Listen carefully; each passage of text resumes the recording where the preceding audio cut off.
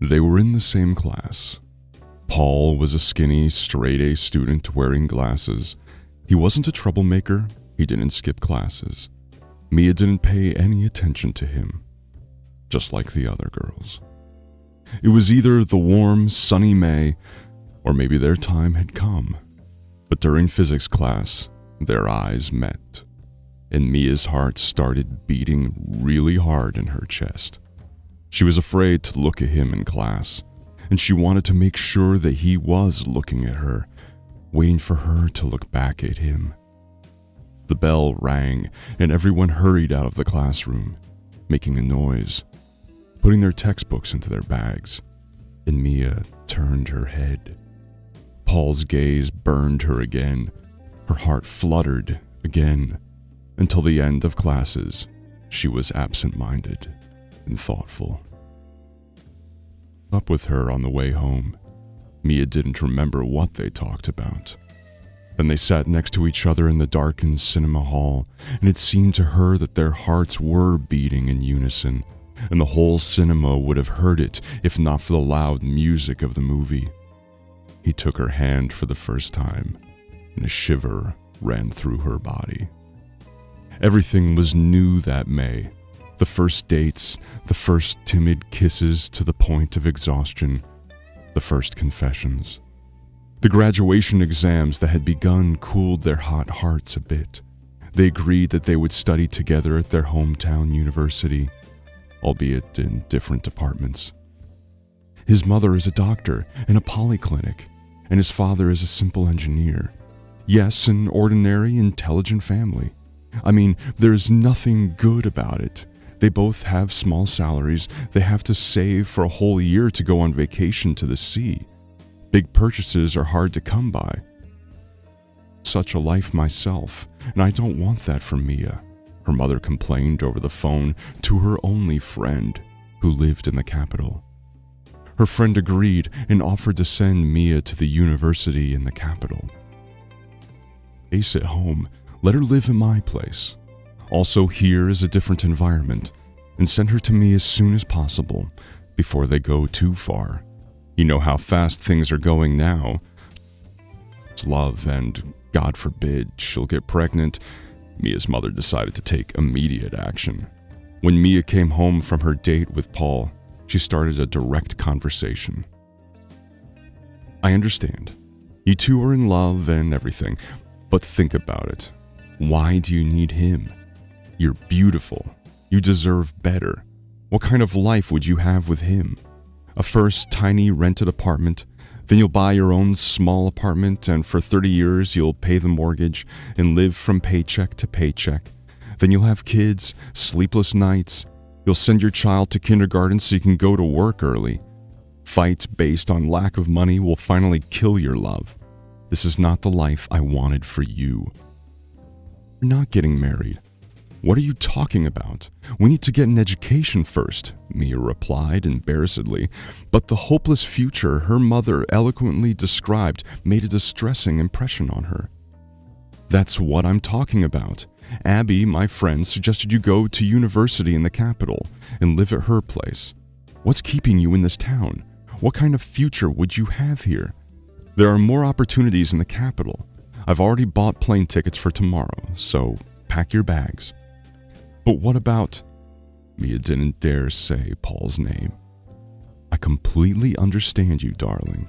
I was young too. Love is tested by time and distance. You will come here for the holidays. I want the best for you. Her mother had raised her alone, and Mia knew what it had cost her. She was an obedient daughter. Paul calmed Mia down, promised to wait for her, and said their feelings would overcome the distance. Moreover, the distance between them wasn't that great. Mia easily got into one of the universities in the capital. Day, her mother's friend, Abby's colleague, came with her son, a handsome young guy. He liked Mia at once. Stop acting like a kid. Jonathan's parents are wealthy. He's got a fancy apartment downtown. You'll have an easy, carefree life, Abby kept saying at every chance she got. Your Paul already forgot about you a long time ago. I saw him with a girl the other day. her mother insinuated during phone conversations. Calls the first days of separation were soon replaced by short messages. How are you? What are you doing? I miss you. I don't have any free time at all. Mia arrived home for the winter holidays. The lovers' reunion was low-key, with no hot kisses or confessions. Mia had already passed her final exams at the end of the semester, and Paul's exams had yet to come. He devoted all his time to preparing for the exams. Offended, Mia returned to the capital. 2 years later, she married Jonathan. Her parents bought them an apartment as a wedding gift.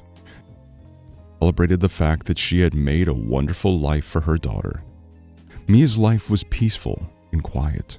Everyone around her thought she got a winning ticket in the form of a good husband, a loving father for their daughter, a job with a decent wage, a large apartment, a summer cottage, a good car. For a while, Mia thought so too. Life in peace and harmony without problems and turmoil, what could be better? But frankly, Mia often thought back to the spring of her graduation year at school. The sultry glances in class, the hot, inept secret kisses that made her dizzy, and her legs unsteady. The cool, rainy April was replaced by a warm May. The sun was shining, the birds were singing outside the office windows, and the fresh foliage added festive colors to the cityscape of the capital. Mia suddenly felt a strong urge to go outside and enjoy the rays of the gentle spring sun. At lunchtime, she went for a walk, then went into a half-empty cafe for a cup of coffee. At a nearby table sat a young man. Their gazes happened to meet, and Mia felt a familiar excitement and shiver. She recognized the grown-up, more mature Paul. He moved to her table and told her that he had recently moved here after his divorce. The lunch break was long over, but they kept talking and couldn't get enough of each other, forgetting about the time. As they said goodbye, they agreed to meet here again tomorrow. The next day, Mia counted the minutes until her lunch break, and even though it was drizzling, she ran out to the cafe. Paul was already waiting impatiently for her at the same table. Their hearts were beating joyfully in unison again, just like on that May day in high school. Sparks flashed between them again at the occasional touch of hands and knees. Love captured them both. But now it was not the shy, childish love, but a mature, powerful, irresistible love that justified and conquered everything. They jumped into this love as if they had been waiting for it for a long time. Husband, daughter, everything was pushed aside. They met intermittently, wasting no time in talking and reminiscing, and figuring out which of them had caused the long separation and broken love back then. Mia felt remorse, but she could no longer imagine her life without Paul, without his love. She woke up in the middle of the night afraid that she was only dreaming that there was no Paul, but a boring, empty life with Jonathan. To wait, her eyes sparkled and a wandering smile played on her lips. Her mother-in-law once asked her directly if she fell in love. Such a dramatic change had taken place in her daughter-in-law. Hid her happy eyes. "Just don't ruin the family," her mother-in-law said, sighing. Her mother called, screaming into the phone that Mia was out of her mind. "Do you want to ruin everything? Do you want to ruin your life for a fleeting feeling? Do you want to lose everything you've worked so hard for? And for whom? Come to your senses before it's too late, Mia." Mia thought a lot in those days, lying awake next to her sleeping husband and staring at the ceiling. She missed Paul desperately, suffocated with love for him, till they bled so she wouldn't howl with longing and hopelessness. They no longer met in a cafe. Paul had rented an apartment not far from her office so he wouldn't have to waste time driving. As soon as they entered the apartment, he would take her in his arms and not let her out for a second, making up for the lost time that they had deprived themselves of. Then they put on their masks of serenity, hardly unclasped their hands, and went in different directions until they met again. New again, just as it had been in that high school May. After all, they had never experienced anything like that with anyone else. Mia looked prettier and glowed with happiness. She got that amazing energy that only loving and beloved women have. Men at work and on the street looked at her with admiring glances. One day, Mia was walking home slowly and saw a young woman on a bench crying profusely. "Did something happen to you? Did someone die?" Mia asked, sitting next to her, and briefly told her story, so similar to Mia's. Her parents had separated her from her first love and taken her far away for many years. They had met by chance 2 years ago. Both were happily married and both had children, but they could not overcome the love that arose with renewed vigor. They told their spouses about it because they were afraid of offending their children. To meet today, but he died yesterday. Got in a car accident. If only I had known that we were destined to be together for so short a time. I wouldn't have lost a minute. I would have left everything and been by his side every precious moment. And we were afraid of something delaying. Mia walked home and thought that she could not live without Paul. But for some reason, she did not leave the boring gray life with Jonathan yet. What if she, too, would regret her hesitation? How much time do they have? Who knows? She even stopped with the fear that it could really happen. Yes, she should tell her husband everything, and come what may. It's more honest than deceiving him every day. Her step, and suddenly saw her husband's car by the sidewalk. Mia wondered, why is he even here?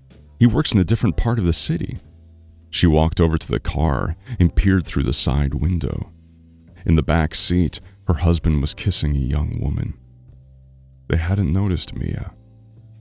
When her husband came home in high spirits, Mia said she had seen everything.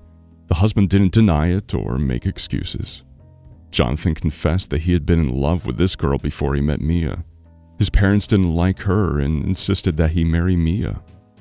3 years ago, they met by chance and became lovers. "Why didn't you break off our relationship and go to her?" Mia asked calmly. Now she realized the reason for her husband's coldness and indifference toward her. "I don't know. I was afraid for you, for our daughter," her husband answered. "Do you love her? So what are you waiting for? Stop torturing yourself and living a fake life. And what about our daughter? She's a big girl now. She's 13. Let her decide for herself who she wants to stay with," Mia said. "Just like that?" "Yes. We don't owe each other anything, but we have to live with the one we love." Mia rushed to Paul without hiding, without fear of judgment. For the first time, she was afraid of only one thing: missing time. "You?" He rejoiced, opening the door. "Me. I have come to you for good, and my daughter has decided to live with me. That's a good thing. I'll look for another, bigger apartment tomorrow." So, why ruin a good family? Some might say. But is it really a good family? If there's no love, it's not a family. It's just coexistence. Sooner or later, love will come. And what happens next? Then it's up to the two of them. Neither time nor distance affected Paul and Mia's feelings. They only made them stronger. They are destined to be together. They are destined for love. That's the way it is. Everyone decides for himself whether to live without love, following external conditions and being afraid of condemnation, or to love and be loved despite everything. It is easier to live without love, but there is no point in living without. You get to the end of your life. The only thing that will have any meaning is the love you have given and received. In your journey to another world, the only thing you can take with you is love. The only valuable thing you will leave behind in this world is love.